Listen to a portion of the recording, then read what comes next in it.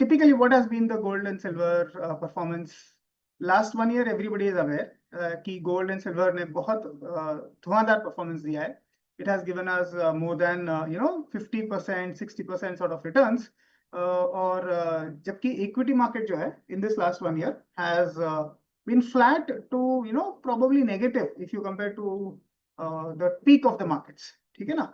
But अगर हम लोग सिर्फ लास्ट ईयर का डेटा देखें और उसके बेसिस पे इन्वेस्टमेंट करने की कोशिश करें, maybe we will be a little not correct on that front.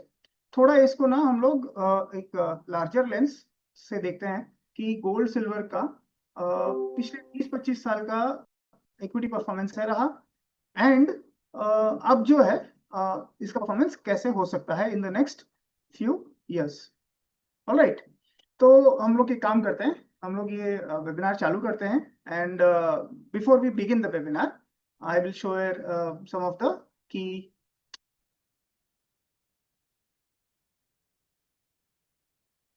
disclaimers for you all. Okay,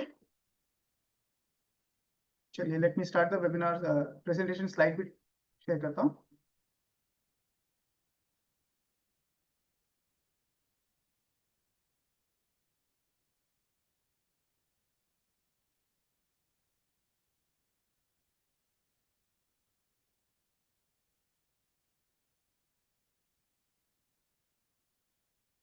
Right friends, so gold and silver as an investment, historical look back and future outlook. पिछले 20-25 साल का data हम लोगों ने मैंने study किया है, and उसके बेसिस पे ही हम लोग ये सारा डिस्कशन करेंगे. ठीक है? So before we start, there are certain regulatory discussions which I will just put you through. This webinar provides actionable framework for incorporating precious metals into equity focused portfolios as both hedge and return driver. सबको ये मालूम है कि gold जो है एक natural hedge की तरह काम करता है.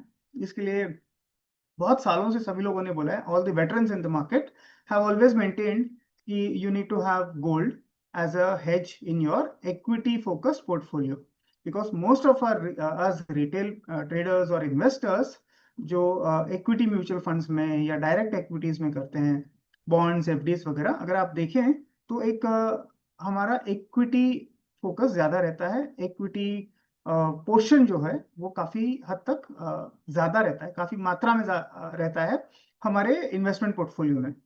और पिछले 5 सालों में तो ये हो गया है कि न्यूनतम most of the equity, most of the portfolios will have a very large portion of pure equities, and उसमें भी risky equities like thematics and mid caps and small caps काफी हद तक ये स्टडी दिखा रही है.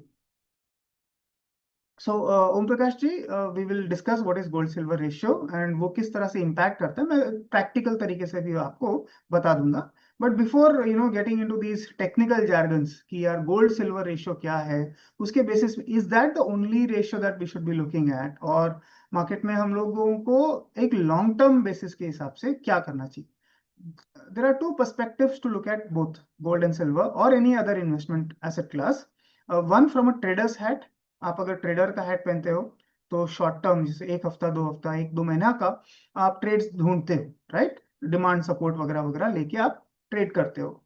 और दूसरी तरफ strategic investment, strategic asset allocation अगर आप करना चाहो फॉर एंड डाइवर्सिफिकेशन करना चाहो बिटवीन प्रेडिक्टेबल रेट कॉर्पस जो एफडीज होते हैं, या एनसीडीज या fixed deposits by corporates and banks, या आप डेट मार्केट फंड्स, ठीक है, डेट म्यूचुअल फंड्स कर सकते हैं, या आप इक्विटी म्यूचुअल फंड्स कर सकते हैं, इक्विटी कर सकते हैं, डायरेक्ट इक्विटी कर सकते हैं. So you will have these various asset classes. उसके अलावा एक है गोल्ड और सिल्वर, राइट? एक्चुअली ये एक नहीं है, ये 2 अलग अलग एसेट क्लासेस है और दोनों की चाल भी काफी अलग है. एंड हम ये समझेंगे कि पिछले 5 साल का window which is very crucial, क्योंकि हम लोग जितने भी यहाँ पर मेरे ख्याल से देख रहे हैं ये stream, most of us would be remembering COVID and post-COVID का market performance, right? क्योंकि ये हमारे recent memory का हिस्सा है. अब सिर्फ वही डेटा देख के क्या हम लोगों को आगे भी डिसाइड करना चाहिए? Should we plan our investments for long term basis the last 5 years performance, probably yes, probably not, and we will look at both the data. तो मैंने क्या किया ये काफी ओरिजिनल स्टडी है. I have taken some important data points and पिछले 25 सालों का डेटा को कंपेयर किया है, एंड पिछले 5 सालों का डेटा भी मैंने कंपेयर किया for gold, silver and equities. Alright, वो डेटा मैं आप लोगों को दिखाऊंगा, क्योंकि क्या है, इंस्टेड ऑफ मी टेलिंग कि यार गोल्ड अच्छा है, सिल्वर अच्छा है, आप ईटीएफ में करें या आप इंडेक्स फंड्स में करें, so on and so fourth, I will rather tell you what has been the actual performance basis numbers, right? पिछले historical numbers and outlook क्या हो सकता है, वो हम लोग discuss कर सकते हैं. Is that clear? Right. So before we go ahead with the actual presentation, let us give a little bit of the background of the instructor, the speaker, and सभी disclosures. सो मेरा नाम अमित गोयल है, मैं एक CMT एंड सभी registered research analyst हूँ. ये मेरे रजिस्ट्रेशन डिटेल्स एंड कुछ सेबी के हिसाब से देने जाने वाली स्टैंडर्ड डिस्क्लेमर्स एंड डिस्क्लोजर्स भी आप लोगों को दिखा दे रहा हूँ.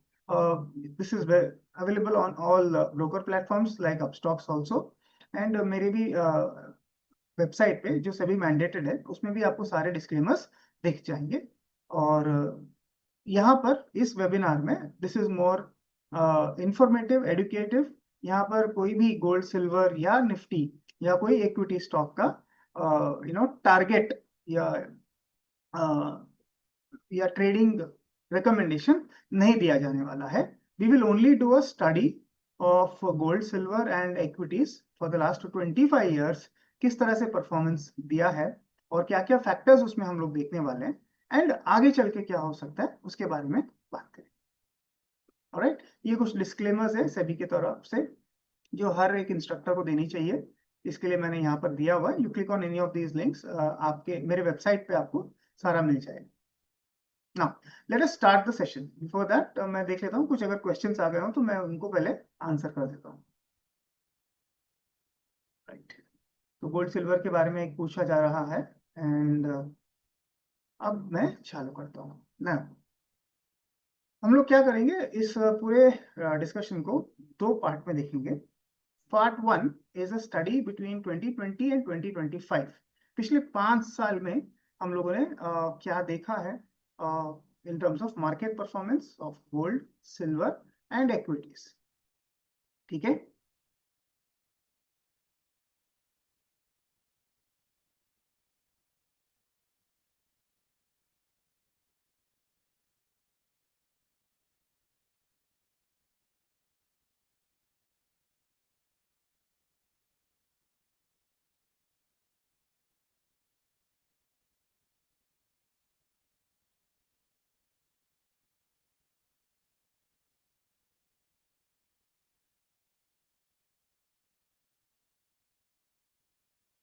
चलिए अब डेटा को देखते हैं थोड़ा. नाउ लास्ट 5 years का परफॉर्मेंस कैसे रहा है. Last 5 years can be characterised as a equity bull market. Clearly 2020 का जो डिप आया था वहां से इक्विटी बुल मार्केट का एक शानदार रन देखने को मिला है. Right, from the lows of even from 12,000 levels, which is pre-COVID top, from that level also we are well above that level, and पिछले 5 सालों में मार्केट डबल हो गया है. करेक्ट, 12,000 का 24-25,000, we are close to 26,000. So we have more than doubled in the last 5 years, and we are still going strong. So it is a clear equity bull market, right? Now in this context, let us understand how gold, silver and equities have performed.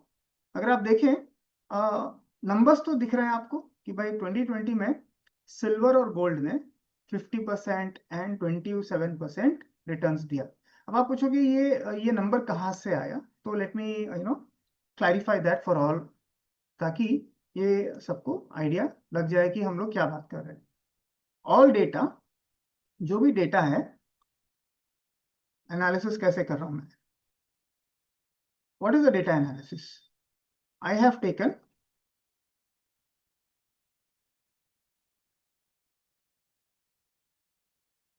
Jan 1st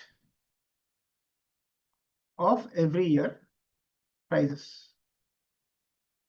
ठीक है, क्या होता है, and whenever I do yearly analysis, it is Jan to Jan or December, right?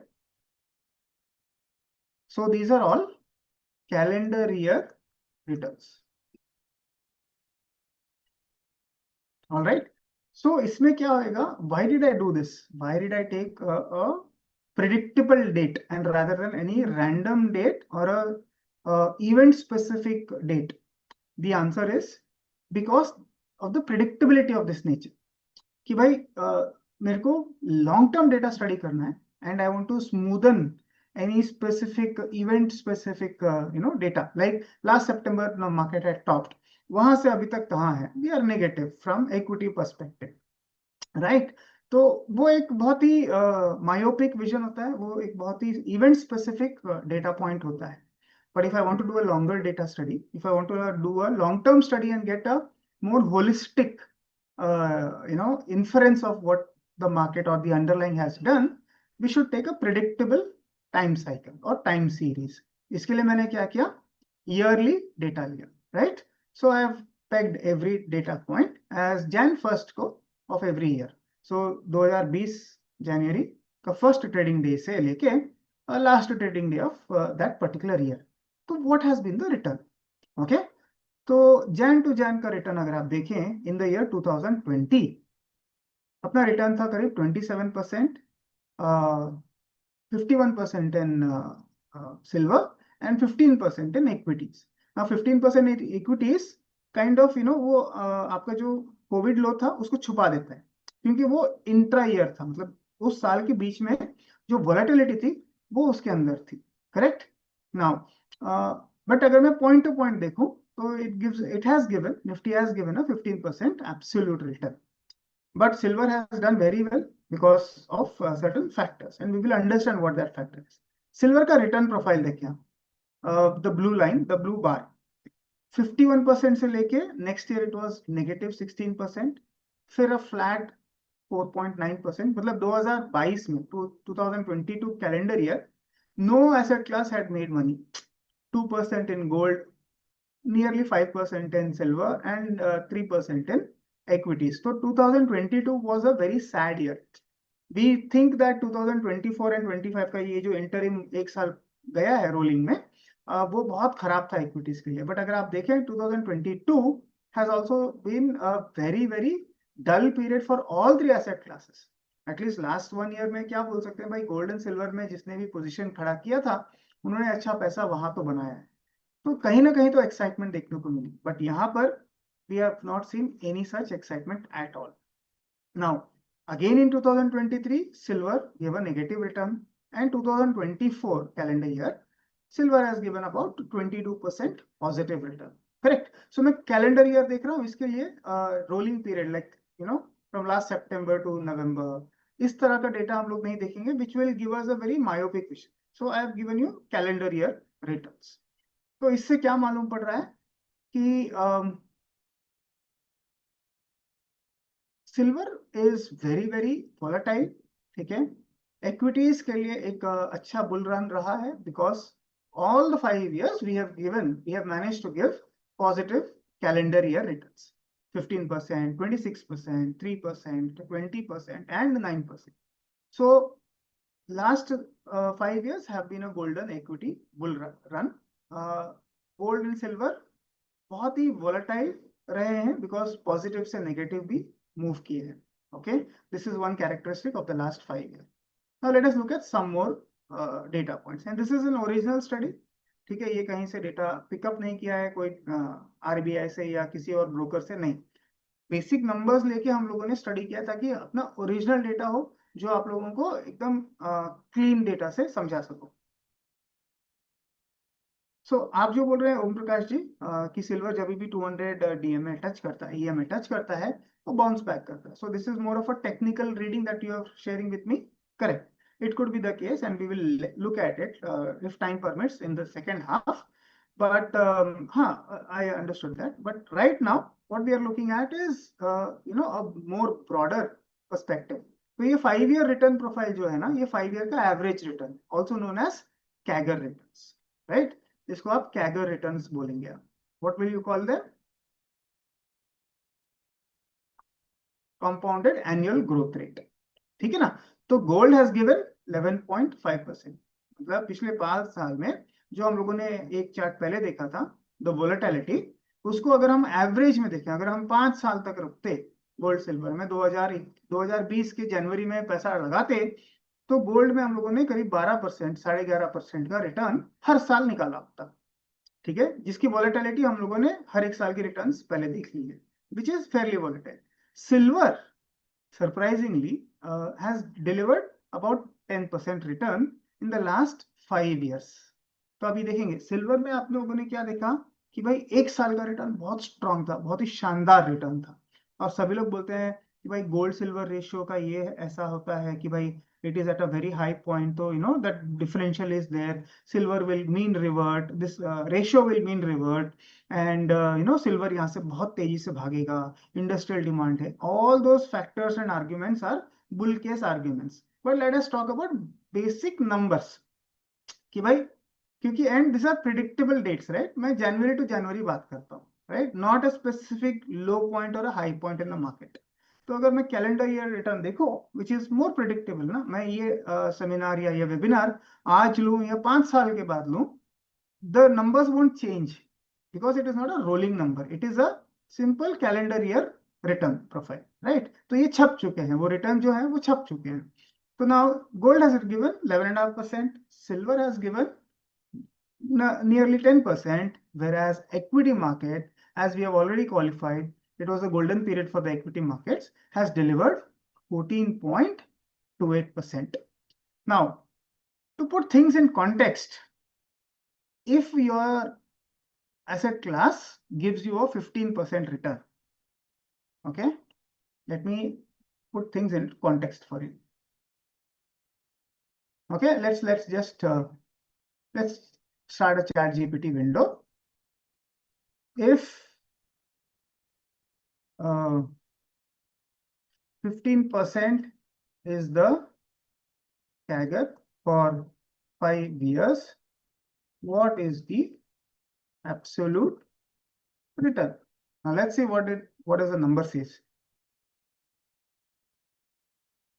So absolute return is 200%, मतलब आपका पैसा double और other 100% हो गया, correct? So your absolute return is 100%।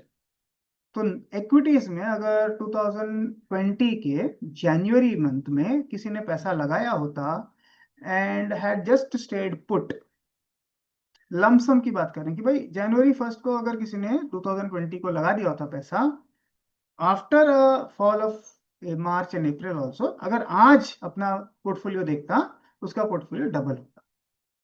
Simple. तो ये कॉन्टेक्स्ट में आपको मालूम पड़ता है कि 15% का रिटर्न कितना हैंडसम होता है। मतलब thumb rule is 15% return over 5 years gives you a 100% absolute return. So I'm just trying to put that into context for all of us. So equity market has पैसा डबल हो गया, gold में ठीक ठाक बना। Okay, let me put this. Absolute return for CAGR of कितना था? 11.5, 11.5, 9.99 and 14.28 over 5 years. Let's see what is the context here. Now, why I'm showing it to you also practically is because सिर्फ मैं slide में बना के आपको number दिखा दूं तो कई बार वो कॉन्टेक्स्ट समझ में नहीं आता है। तो now since we need to be a little smart and we can use freely available AI tools, आपको एक्चुअल कैलकुलेशन करने की जरूरत नहीं है। You just put the data in an AI and on a free mode basis also it will give you. So now, तो gold ने कितना return दिया एब्सोल्यूट, मतलब अगर आपने 1 लाख रुपया डाला होता तो गोल्ड में over the last 5 years 72,000 rupees बन गया होता, 72% return. Silver has given a 60% return over the last 5 years, correct? अब बोलेंगे भाई सिल्वर ने पिछले एक साल में रिटर्न डबल कर दिया, 80% दिया फ्रॉम दैट लो। सो हम लोग from that low point discuss करें तो एक साल का जो विजन है that is more of a traders mentality. अगर आपको लॉन्ग टर्म पोर्टफोलियो बिल्डिंग करना है तो आपको थोड़ा और कॉन्टेक्स्ट में देखना पड़ेगा। तो silver has given a 60% return over the last 5 years, including the last 1 years का रिटर्न, क्योंकि मतलब उसमें मार्केट नीचे भी गया था सिल्वर का, फिर वहां से आपने कैलकुलेट किया। Now equities have nearly doubled your money. So this is your putting things into context. चलिए, now I am trying to give you numbers ताकि क्या है, नंबर से हमको क्लैरिटी आएगी कि अच्छा ये जो मार्केट में इतना नॉइज हो रखा है गोल्ड सिल्वर के बारे में लेके, नए नए म्यूचुअल फंड्स नए नए एनएफओस ला रहे हैं और गोल्ड सिल्वर टेक्निकल जार्गन्स बता रहे हैं, gold silver ratio, currency decoupling, monetary policy का कुछ और फंडा दिखा रहे हैं, so many things. As a retail investor जैसे जिसको ये सब चीजें शायद पहली बार सुनने में आई होगी, उसके बहकावे में ना आके हम लोग बेसिक नंबर्स की बात करते हैं तो उससे ज्यादा समझ में आएगा हमको। नाउ राइट, नाउ 5 years की वोलेटिलिटी देखते हैं। वोलेटिलिटी का मतलब क्या है, जो वेरिएशन होता है ना टॉप टू बॉटम, जिसको स्टैंडर्ड डिविएशन बोलते हैं टेक्निकली, कि भाई ये रिटर्न प्रोफाइल डालने के लिए, जैसे for example Nifty has given a return profile of 14.5% for the last 5 years। तो वो रिटर्न लाने के लिए आपका पोर्टफोलियो कितना हिला होगा, नॉट विथस्टैंडिंग द 2020 का मार्च फॉल ऑल्सो, क्योंकि वो फॉल जो था वो मार्च के कुछ हफ्ते में था एंड रिवर्स भी मार दिया। So we are smoothening that curve, ठीक है ना, we are smoothening that entire effect. तो हमारा actual volatility in Nifty has been just about 8% on an annualized basis। पिछले 5 साल में वॉलेटिलिटी जो थी वो सिर्फ 8% थी, मतलब ये रिटर्न जो है 14.5% प्लस और माइनस 8% हिला है on a calendar year two year basis. Silver ने करीब 9% का रिटर्न निकाला और वो रिटर्न निकालने के लिए सबसे ज्यादा डांस किया है, सबसे ज्यादा वोलेटाइल रहा है, विच इज 23%। एंड गोल्ड जो है it is somewhere in the middle around 14%, 13.5%। और गोल्ड ने कितना रिटर्न निकाल के दिया था पिछले 5 साल में, 11.5% के लिए वो वेरिएशन जो है वो 13% किया है। अब आपको ये नंबर थोड़ा कंफ्यूजन लगेगा कि भाई 11.5%, 13%, इसको कैसे स्टडी करें। सिंपल है, ये स्टैटिस्टिकल टूल है जो एक टेक्निकल एनालिस्ट यूज करता है टू मेजर कि वो रिटर्न निकालने के लिए वो मार्केट में कितना हलचल हुआ, कितना वो डेली वेरिएशन होता है ना, एक दिन आधा परसेंट बढ़ा, कल अगले दिन आधा परसेंट गिरा, फिर 1% ऊपर, फिर 1% नीचे, ये ऊपर नीचे जो डेली का वेरिएशन है, ठीक है ना जी, इसको बोलते हैं वोलेटिलिटी। और ये पिछले 5 साल का वोलेटिलिटी हम लोगों ने कैप्चर करने की कोशिश की है। ओके, अगेन मैंने यहाँ पर कैलेंडर ईयर के नंबर्स लिए हैं, तो इसमें इंट्राडे वोलेटिलिटी ये सब कैप्चर नहीं होंगी। तो मोटा मोटी मैं लॉन्गर टर्म नंबर्स देख रहा हूँ, इसके लिए डेली वोलेटिलिटी या इंट्राडे वोलेटिलिटी देखने का मतलब नहीं होता है। ऑलराइट, नाउ इन दोनों को अगर हम मिला दें and we come out with a number, जो जिससे हमको मालूम पड़ता है कि भाई रिस्क एडजस्टेड रिटर्न कितना था, या मतलब कम से कम वोलेटिलिटी दिखा के अच्छे से अच्छा रिटर्न किसने दिया, लास्ट 5 साल का डेटा दे। ये क्या है, what is this number, I just explain it to you. यहाँ पर anybody who is interested in doing this ना, इसको कैसे करते हैं भाई, what is this number, it is nothing but returns divided by risk और वोलेटिलिटी। तो यहाँ पर एक एग्जांपल क्या होगा, ये होगा 14.58 डिवाइडेड बाय 7. ठीक है ना, सो यू गेट दिस 1.83। इसका मतलब क्या है, return generated for every unit of risk, meaning example 1% risk if I take, this has given 1.83 return. ठीक है ना, मतलब जितना रिस्क ले रहा हूं उससे ज्यादा रिटर्न मेरे को मिल रहा है। सो ये एक टेक्निकल पैरामीटर है जो अपने को समझना इंपॉर्टेंट है एज अ इन्वेस्टर। यहाँ पे कितना है और गोल्ड में कितना है? गोल्ड में for every 1 unit of risk in the last 5 years, the return has been 0.83. For silver, it is actually very, very low. मतलब क्या है? Silver is, okay, what are the inferences that you will draw from this? What are the inferences? आप क्या क्या इससे आप समझोगे? 5 year के key takeaways. Last 5 years can be characterized as a equity bull market. In this context, equities outperformed gold and silver. Equities delivered best risk adjusted return, जो अभी अभी हम लोगों ने वो चार्ट में देखा, followed by gold. Silver delivered similar returns as gold, बराबर, but these returns came with higher degree of volatility. Hence, silver's risk adjusted return were the lowest. ये काफी टेक्निकल हो गया, बट किसी को भी अगर एक proper well informed well educated investor बनना है तो ये बेसिक है, बहुत बेसिक है भाई। रिटर्न इतना आया, उसका स्टैंडर्ड डिविएशन कितना है, रिटर्न को डिवाइड करो, you get a risk adjusted return. ठीक है, तो भाई जितना वॉलेटिलिटी लेते हैं हम लोग, अगर दोनों ने अगर 10-10% का रिटर्न दिया, for example asset A and asset B has given 10-10% return, but asset A का वॉलेटिलिटी 15% है और एसेट बी का वॉलेटिलिटी 10% है, तो asset B is a better asset class. मतलब वो एक मोर स्टेबल, आप प्रिडिक्टेबल, इस तरह का आपके आपके पोर्टफोलियो को ज्यादा हिलाएगा नहीं, right? On the negative side also, because positive तो दोनों की रिटर्न्स प्रोफाइल सिमिलर। नाउ इतना समझ में आया? सो लास्ट 5 years का की टेकअवे क्या है? Point two point basis, rolling returns के हिसाब से equities still have delivered the best in class returns, followed by gold and silver, notwithstanding that last 1 year का जो एक यूफोरिक मूव आया है। क्योंकि हम लोग क्या करते हैं, यूफोरिक मूव देख के इन्वेस्ट करने की सोचते हैं।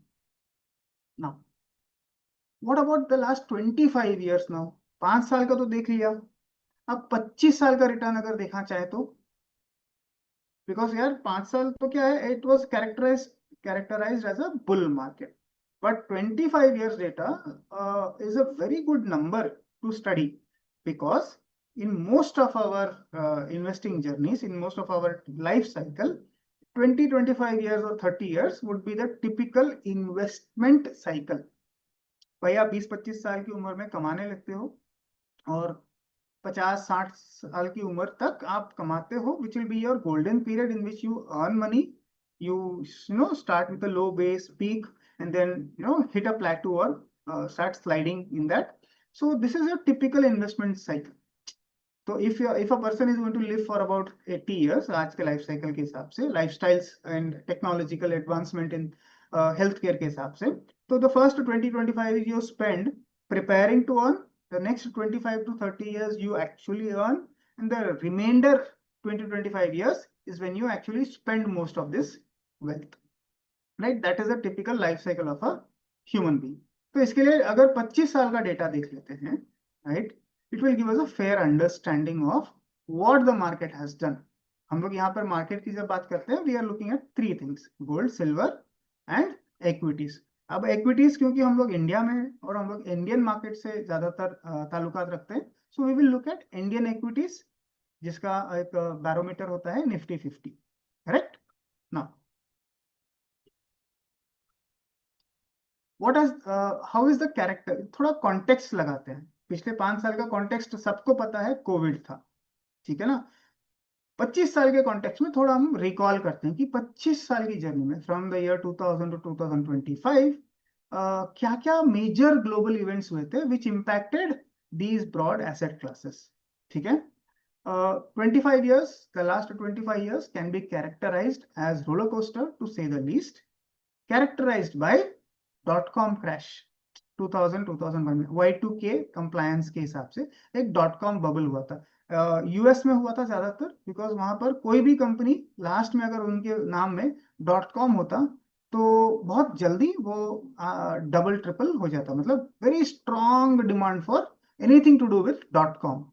Can you draw a parallel or a corollary to it in the current context? ये .com क्रैश जो है या .com बबल जो है, क्या आपको किसी चीज की याद दिला रहा है आज के कॉन्टेक्स्ट में? अगर बात करें तो आपको क्या लगता है?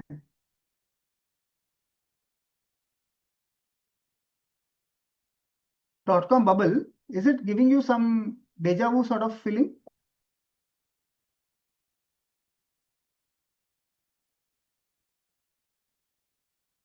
Can we risk by saying that anything to do with AI in the current context is giving us a feel of a .com bubble, है ना?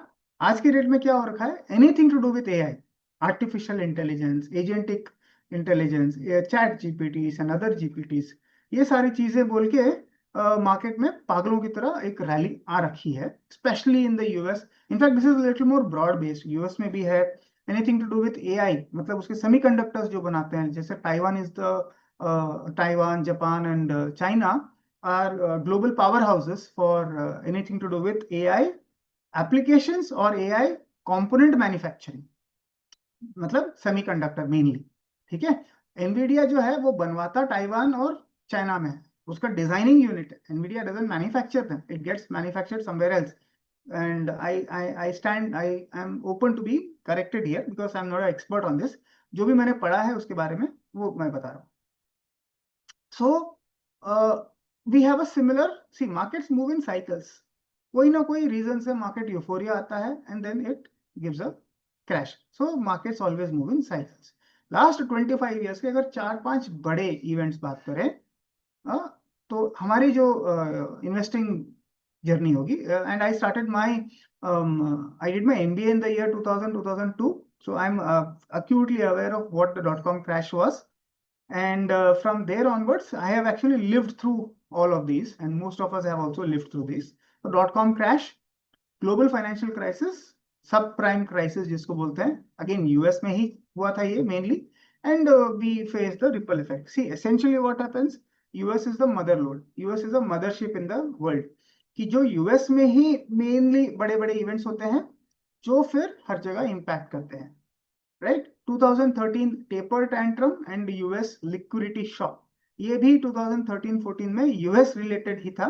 मनी मार्केट का उनका जो सेंट्रल बैंक है, दे इंटरेस्ट रेट्स को लेके थोड़ा रिजिड हो गए थे, उसके कारण लिक्विडिटी का शॉक मिला था, which caused a lot of pain in the global equity markets. So essentially अगर आप देखें, सबसे बड़ा मार्केट यूएस है. यूएस मार्केट में अगर कोई तकलीफ आती है, we are not insulated from it. हम लोग को सबको इम्पैक्ट आएगा ही आएगा. After that a more global issue came into being, which is the COVID-19 या कोविड 2022 में जो क्रैश आया, उसके बाद पूरी दुनिया जो बंद हुई थी एक बार, तो वो एक प्रॉब्लम आया. And after that every central bank started giving a lot of liquidity stimulus, rates cut करते गए, ठीक है, खूब सारा लिक्विडिटी भर दिया मार्केट में. तो उससे क्या हुआ? It led to this equity boom, correct. Government expenditure अच्छा हुआ, लो रेट्स पे रेट्स, लो इंटरेस्ट पे लोन्स मिल रहे थे कंपनीज को, and everybody were encourage to spend on everything. Consumption से लेके इंफ्रास्ट्रक्चर बूम, सब कुछ आया.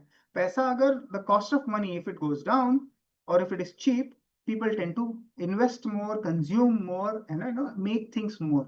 So ये stimulus mania जिसको बोलते हैं, because of which we had a nice strong bull market. So उसके tailwinds अभी भी चले आ रहे हैं.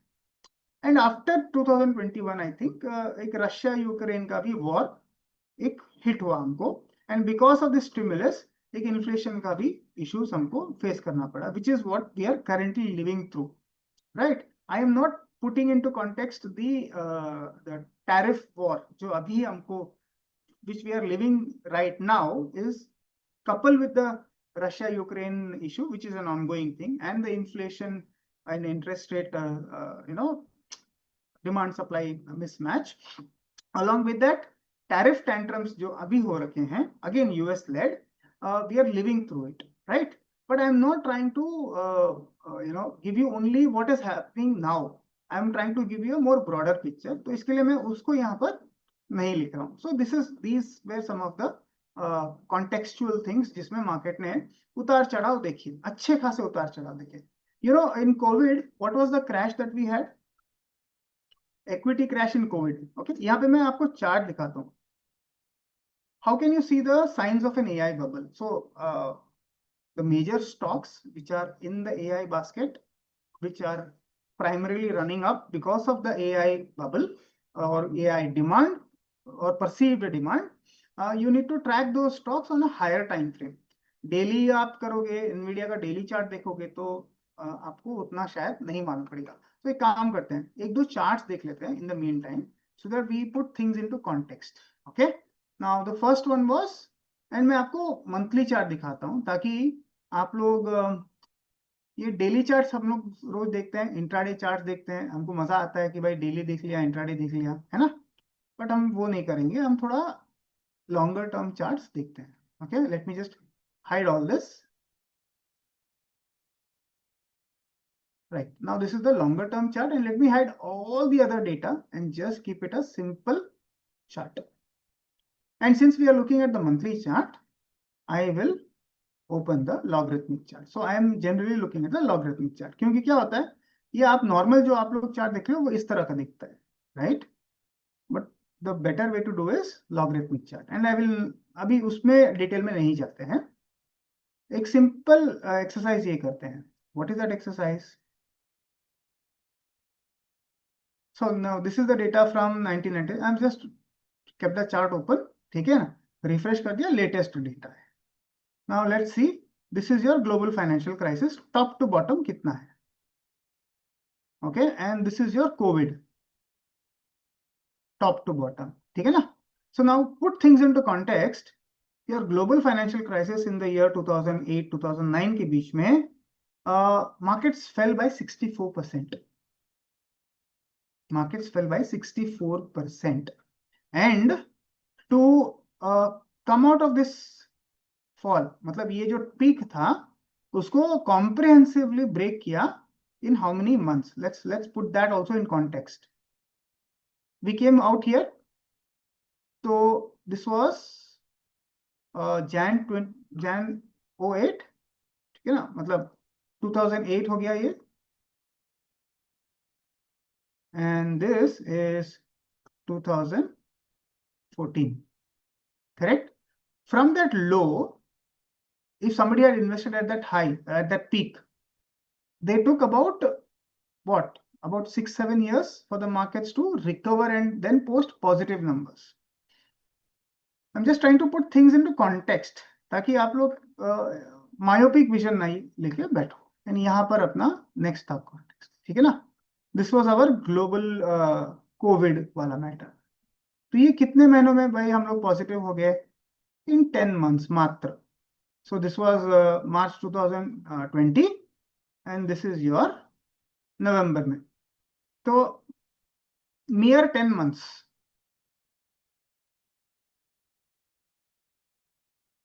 Okay, this is nearly 6 years.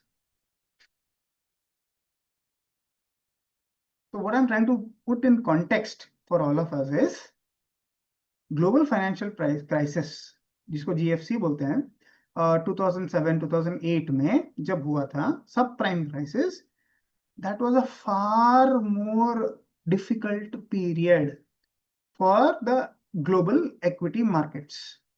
One, it fell more. Two, it took about 6 years for the Indian equities to start posting or climb above that number from that peak. वापस वो peak को reclaim करने के लिए it took about 6 to 7 years.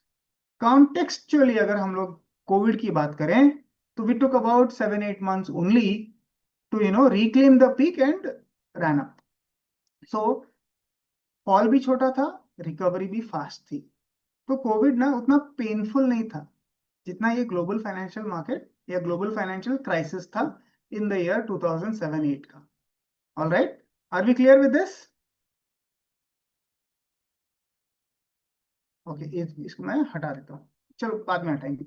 Now you want to understand कि यार AI bubble कैसे identify करते हैं, करेक्ट? एक जस्ट असाइड कॉन्टेक्स्ट है. एनवीडिया का ग्राफ देख लेते हैं।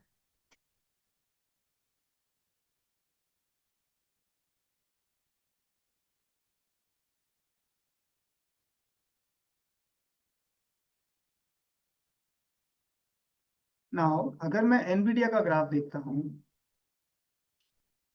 ठीक है, दिस इज एनवीडियाज ग्राफ और अगेन 2003 से लेके अभी तक, मतलब मोटा मोटी 25 ईयर्स, राइट, यहाँ से। Now this is not, you will find this graph little funny because हम लोग रेगुलर स्केल में देखें तो इस तरह से दिखता है graph. This is your normal scale 1 month chart. अगर आप लोग अगर नॉर्मली चार्ट खोल के देखोगे तो इस तरह से एनवीडिया का चार्ट दिखेगा एंड यू विल नो यार एनवीडिया ने क्या फैंटास्टिक रिटर्न दिया in the last 3-4 years, no doubt. But हमको इसको कॉन्टेक्चुअली देखना है लॉगरिथमिक चार्ट पे, तो यू विल अंडरस्टैंड कि अच्छा it has been in a secular bull run for the last 20-25 years. Now अगर मैं इसमें ये ओवरबॉट है या समथिंग ऑन दोज लाइंस की भाई बबल है कि नहीं है, what is bubble territory? Some of the technical indicators that we use are this. Bubble territory was something like, NVIDIA's RSI, Relative Strength Index, reaching 95 levels. 95 levels is basically, RSI is a technical concept between 0 to 100. So you technically cannot cross 100. But reaching anywhere close to 90s and 95s is a fairly overbought situation, right? This happened in the context between 2016-17 onwards, from where Nvidia, kind of tapered down a little. But if you've noticed, Nvidia as a stock has been moving up and up for the last so many years. So there is no major bubble getting built here from a technical perspective, right? क्या आपको यहाँ पर कोई भी bubble दिख रहा है? We are in an overheated territory, no doubt. But are there any bubble kind of formations in this? Nahin, na? So it's difficult to call that this is in a bubble territory. The other way to look at is you open your bands, ठीक है, and ये band इस तरह से दिखेंगे because ये logarithmic chart है, इसको नॉर्मल चार्ट करके band, when I do bands, ठीक है, आपको ये दिखेगा कि अपर बॉलिंजर बैंड के पास एक मंथली चार्ट पे बेरिश एंगल दिखा रहा है. So if Nvidia ever comes to 130, 140 levels, technically speaking, that will be the support because यहाँ पर एक demand zone भी बना है and it has always taken or bounced off the monthly moving average or the monthly mean, right? We are at 2 standard deviation के आसपास. If there is any dip here, it would present an opportunity for the markets to re-enter this kind of an asset class. Clear? Okay. Now, let's go back to our discussion on hand.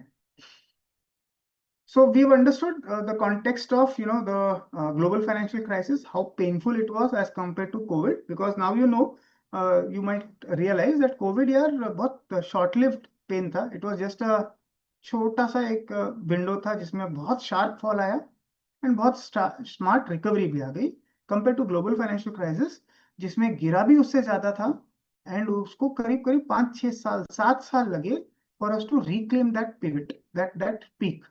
So that was a much more painful period. So the years 2020, 2000 to 2025, which is current, we have lived through, or the markets have lived through all this. So from an investing perspective, gold, silver या equities, हमारा basic question आज क्या है कि gold, silver या equities में invest करना चाहिए कि क्या हम इसको किसी रेशो में इन्वेस्ट करें, एसेट एलोकेशन करें? ऑब्वियस आंसर है हाँ, हमको गोल्ड सिल्वर और इक्विटी में एसेट एलोकेशन डाइवर्सिफिकेशन करना चाहिए, बट किसमें कितना करना चाहिए इज ऑल्सो अ क्वेश्चन. भाई कौन ज्यादा रिटर्न्स देता है, कौन कम वॉलेटाइल हुए, उसमें ज्यादा करेंगे, those basic common sensical answers.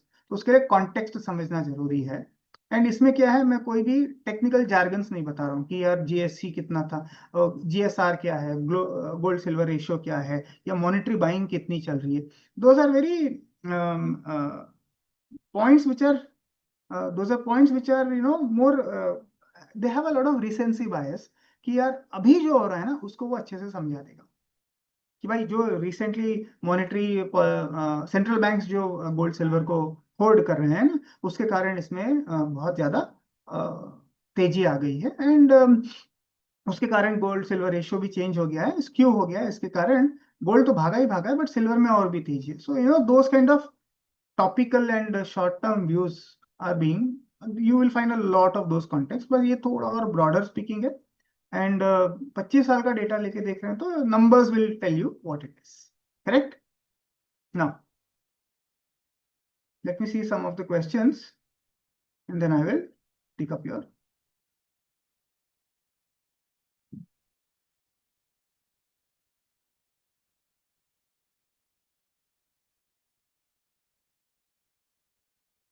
Okay.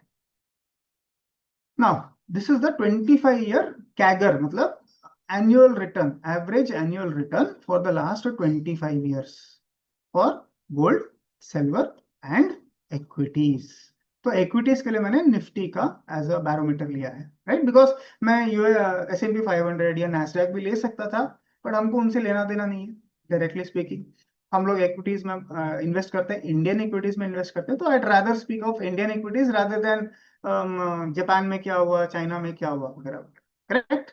तो इंडियन इक्विटीज में निफ्टी का जो हम लोग सभी लोग बोलते हैं ना कि भाई लॉन्ग टर्म रिटर्न्स जो निफ्टी का लार्ज कैप इंडेक्स का जो है करीब 10-12% है, विच is what is proven here. 25 साल का डेटा एंड कॉन्टेक्स्ट बताया है, global financial crisis, dot com bubble, Russia Ukraine war, taper tantrum, liquidity shock, Covid, सब उसमें ले लिया। उसके बावजूद हमको करीब करीब, अगर हम लोग टिके रहे, राइट, तो हम लोगों को करीब करीब 12% का रिटर्न छूटता है। This is in equities. So point one, inference number one, equities still are the strongest asset class as compared to equities, gold and silver as the returns speak, right? Gold and silver ka average return surprisingly or CAGR for the last 25 years has been around 10%. Not bad. Long term returns are similar in nature, but ये 2% का भी out performance over 25 years is a lot, is a lot. ठीक है? अब उसको मैं context में बताता हूँ आपको। वापस वही चैट जीपीटी पे जाते हैं एंड एक सिंपल और क्वेश्चन पूछते हैं। क्या क्वेश्चन पूछेंगे? 10% CAGR over 25 years and 12% CAGR over 25 years in absolute terms and with an example. तो अगर ऐसे करते हैं तो क्या मानो? Let's see what the numbers are.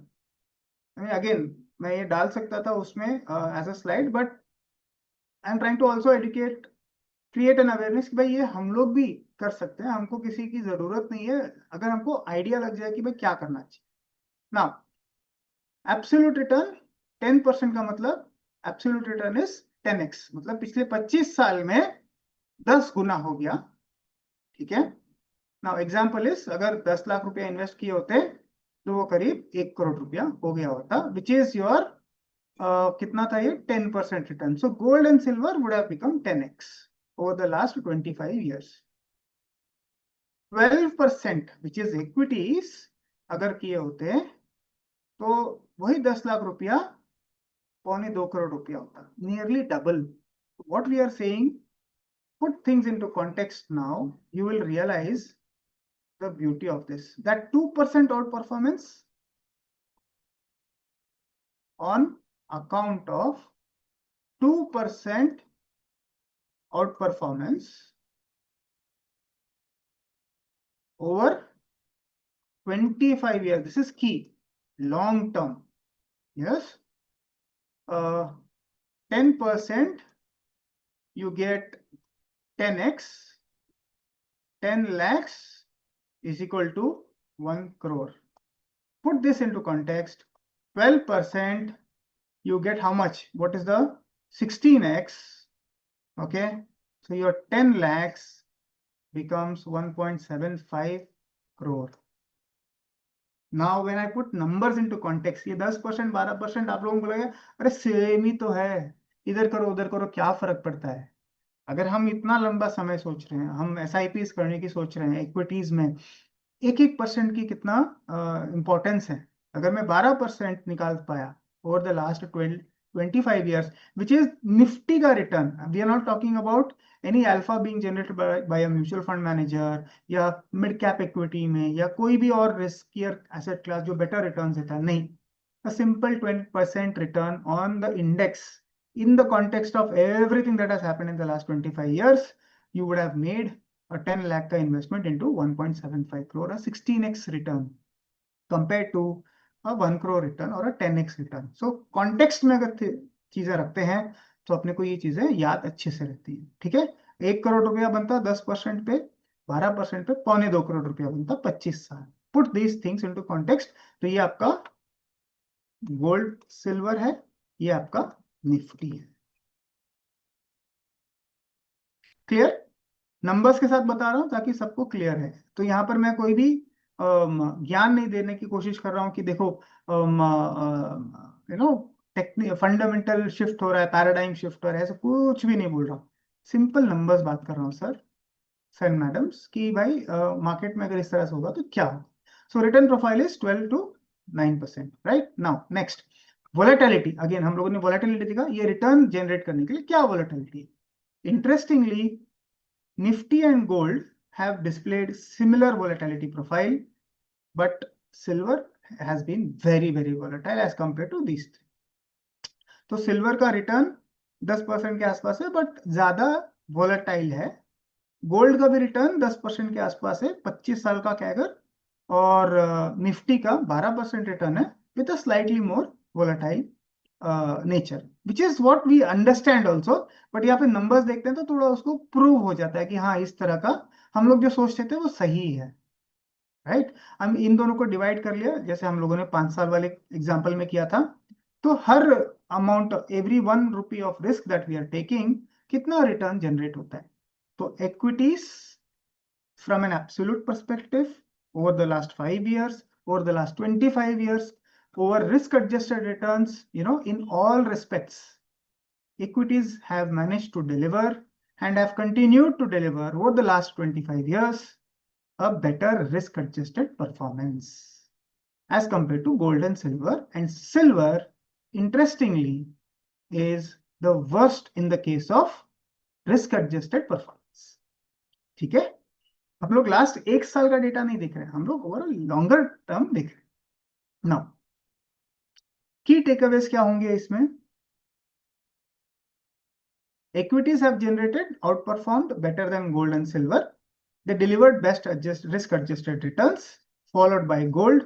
Silver delivered similar returns as gold, 10% के आसपास, but these returns came with a higher degree of volatility. ज्यादा volatile, ज्यादा movement होता है ऊपर नीचे, hence silver's risk adjusted return were the lowest. Fourth chart of gold कौन सा है भैया, ये वाला। You're talking about this chart? Let me know. Okay. Now,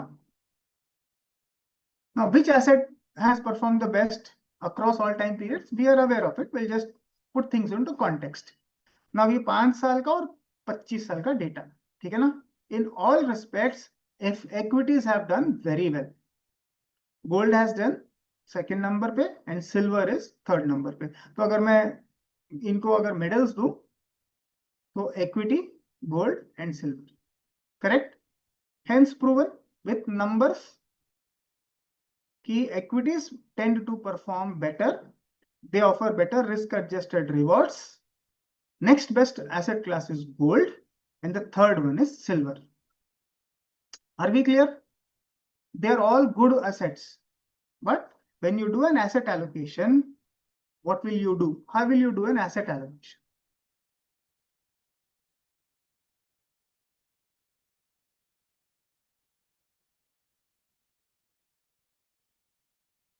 Okay, this will be highest. So I am not here to give you an asset allocation. I am not your financial advisor who will do a risk assessment for you and give you the number कि भाई इसमें 70% डालो, इसमें नहीं, right? This will be the lowest. This will be the middle. Are we clear? So if you have 100 rupee to invest, again, as I said, I cannot give you an actual example, but this will be having the highest allocation. This will have little less than that, and silver will have the lowest. So when you do a combination of these three, your risk will be well managed, and you should be able to generate that long-term return with lower degree of volatility. Are we clear with this? Any doubts now? Hourly chart nahi hai. So Uprakash, again, these are all long term, and I have not looked at any charts on that nature. Now, what are the long term charts telling you, right? I mean, this is a very interesting graph, right? This is a very interesting graph, and just pay some attention here. Now, 1 year return over the last 25 years, मतलब क्या है? Again, calendar year returns है. ये नहीं कि मैंने कोई specific advantageous position, मतलब मेरे को एक पॉइंट आपको प्रूव करना है, उसके लिए मैंने डेटा निकाला. ऐसा नहीं किया मैंने जनवरी टू जनवरी डेटा निकाला. ठीक है ना? जनवरी टू जनवरी निकाल के आपको बताया कि भाई क्या रिटर्न्स हैं. तो 25 साल का डेटा, कैलेंडर ईयर रिटर्न्स, अगर मैं कोई भी एक साल का रिटर्न देखूं एवरेज में, रोलिंग पीरियड है, मतलब कोई भी 25 साल में एक साल का रिटर्न प्रोफाइल में एवरेज में निकालता, तो इक्विटीज का एक साल का return would have been 14.5%, 1 year return. So equities in the short term gives you that burst, that spurt. Silver का average return has been 7% annualised. ठीक है? एंड गोल्ड का 12.5%. Now when you move the investment period, 2 साल या 3 साल या 4 साल या 5 साल, let's go to the other extreme which is this. Let's say ये वाला है. ठीक है? This is your 5 year rolling return over 25 साल calendar year data. Okay, let's put things into context. इसका मतलब क्या है कि गोल्ड एंड सिल्वर, जो हम लोगों ने अभी पहले वाला चार्ट देखा ना, तो ये मैं उसका और ब्रॉडर चार्ट दिखा रहा हूँ.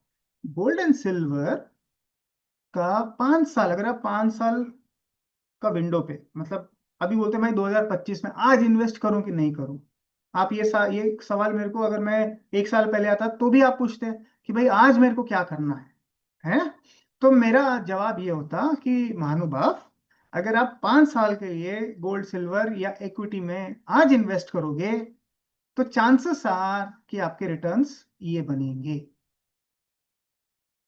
इसको कॉन्टेक्स्ट में समझाऊं तो 2000 का data, 2001, 2002,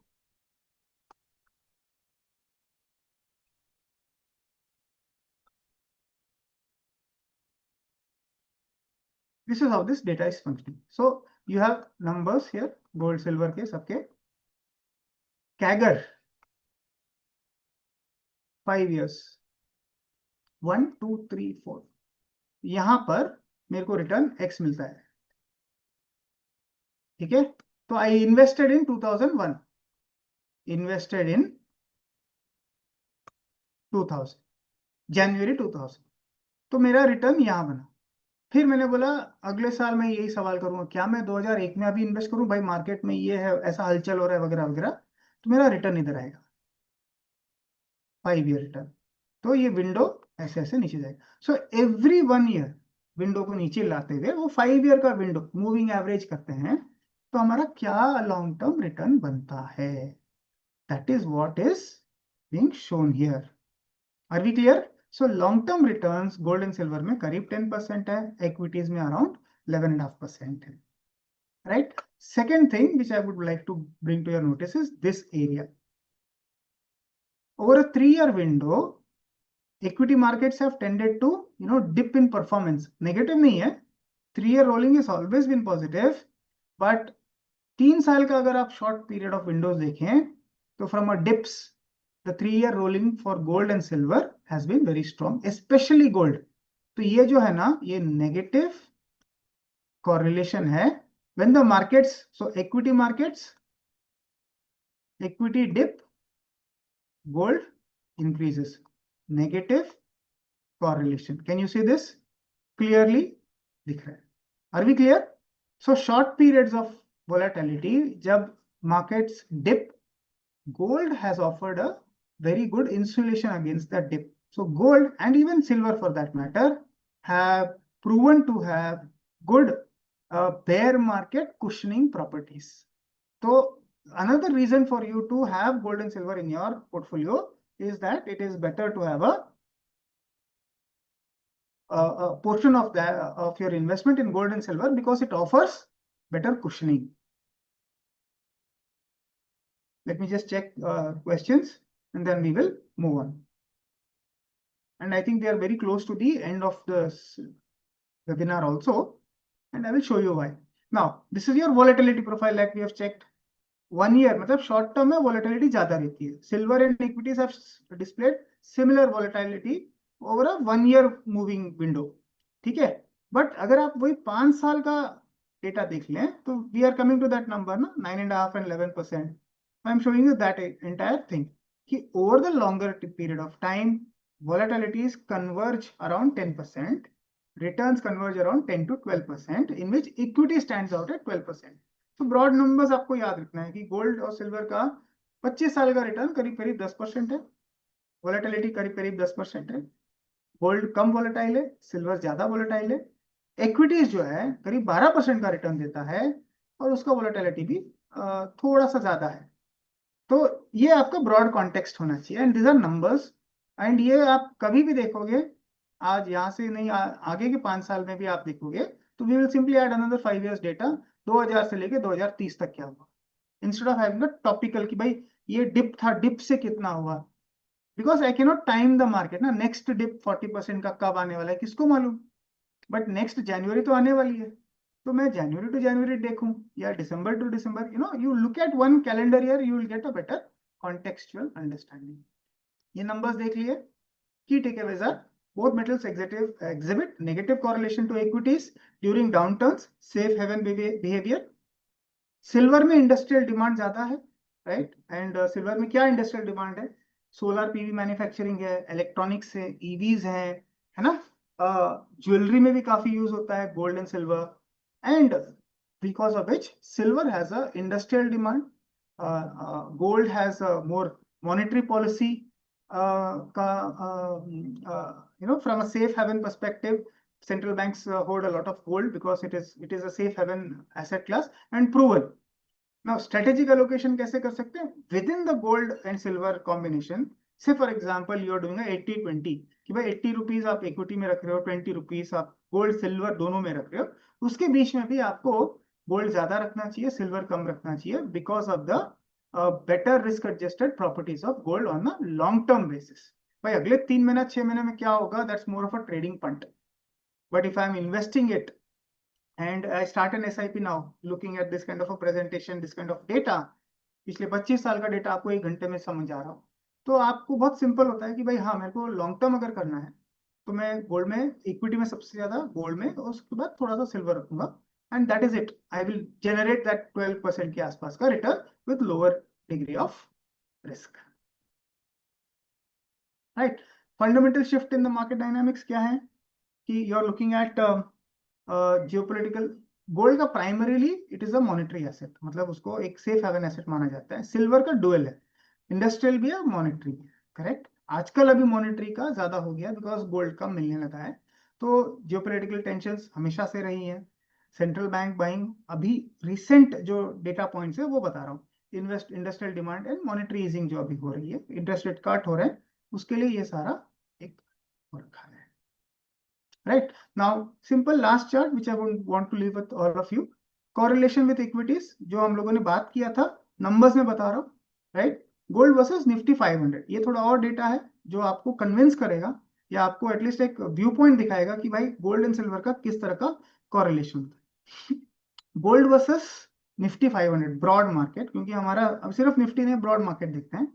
normal correlation is very weak, मतलब वो अपने हिसाब से दोनों चलते हैं. बेयर मार्केट में वेरी स्ट्रॉन्ग कॉरिलेशन. मतलब बेयर मार्केट क्या है, यहाँ पर डेटा जो मैंने देखा है कि अगर निफ्टी 500, ठीक है, has fallen from any point in time 10%, from a particular point in time, from a particular high, अगर वो 10% गिरा है, ये थोड़ा और टॉपिकल हो गया, बट मेरे को कॉरिलेशन देखना था, इसके लिए मैंने थोड़ा और डीपर स्टडी किया। तो अगर 10% गिरा है तो क्या कॉरिलेशन चेंज होता है? The answer is yes. So ये शॉर्ट टर्म विंडोज जो है ना, जब मार्केट गिरता है तब गोल्ड एंड सिल्वर आपको कुशनिंग इफेक्ट अच्छा देता है, ठीक है। तो long term diversification, portfolio diversification, risk management के लिए गोल्ड रखना एक अनिवार्य है, मतलब। तो now obvious question will be, sir अभी तो गोल्ड इतनी तेजी पे है, 1.25 लाख चल रहा है, क्या अभी हम इन्वेस्ट करें? मेरा आंसर वही आता है, पिछले 5 साल 25 साल कभी भी देख लो आप अगर उतने लॉन्गर टर्म के लिए रुकते हो, अगर आप 5 साल के लिए इन्वेस्टमेंट कर रहे हो, एक साथ मत करो, आप SIPs करो, आप ETFs में करो, इंडेक्स फंड्स में करो, फिजिकल गोल्ड खरीदो, जैसे भी आपकी सहूलियत हो आप करो, एंड बट डिसिप्लिन के साथ आपको उतने टाइम पीरियड में रहना है, you will bear the fruits of it. History is telling you कि वो उतना डेटा, उतना उतना रिजल्ट आपको देगा। Are we clear?